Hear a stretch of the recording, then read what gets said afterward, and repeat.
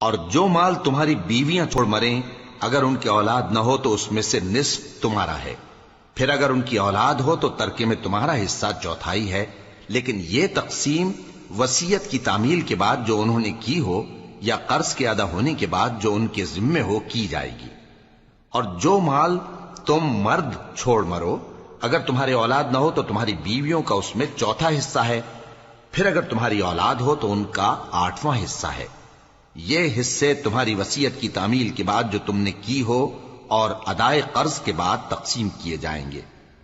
اور اگر ایسے مرد یا عورت کی میراث ہو جس کے نہ باپ ہو نہ بیٹا مگر اس کے بھائی یا بہن ہو تو ان میں سے ہر ایک کا چھٹا حصہ ہے، اور اگر ایک سے زیادہ ہوں تو سب 1/3 میں شریک ہوں گے۔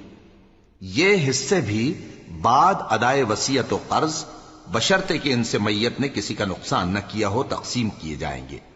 یہ اللہ کا فرمان ہے اور اللہ نہایت علم والا ہے، بردبار ہے۔ یہ تمام احکام اللہ کی حدیں ہیں، اور جو شخص اللہ اور اس کے پیغمبر کی فرما برداری کرے گا اللہ اس کو بہشتوں میں داخل کرے گا جن میں نہریں بہ رہی ہیں، وہ ان میں ہمیشہ رہیں گے، اور یہ بڑی کامیابی ہے۔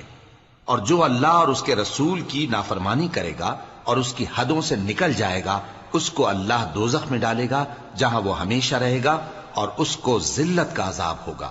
مسلمانوں، تمہاری عورتوں میں جو بدکاری کا ارتکاب کر بیٹھیں ان پر اپنے لوگوں میں سے 4 شخصوں کی شہادت لو۔ اگر وہ ان کی بدکاری کی گواہی دیں تو ان عورتوں کو گھروں میں بند رکھو یہاں تک کہ موت ان کا کام تمام کر دے، یا اللہ ان کے لیے کوئی اور سبیل پیدا کرے۔ اور جو 2 مرد تم میں سے بدکاری کریں تو ان کو ایذا دو، پھر اگر وہ توبہ کر لیں اور نیکوکار ہو جائیں تو ان کا پیچھا چھوڑ دو۔ بے شک اللہ توبہ قبول کرنے والا ہے، مہربان ہے۔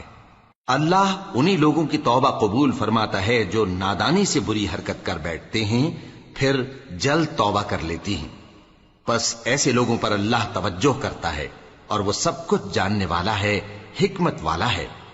اور ایسے لوگوں کی توبہ قبول نہیں ہوتی جو ساری عمر برے کام کرتے رہیں یہاں تک کہ جب ان میں سے کسی کی موت آ موجود ہو تو اس وقت کہنے لگے کہ اب میں توبہ کرتا ہوں۔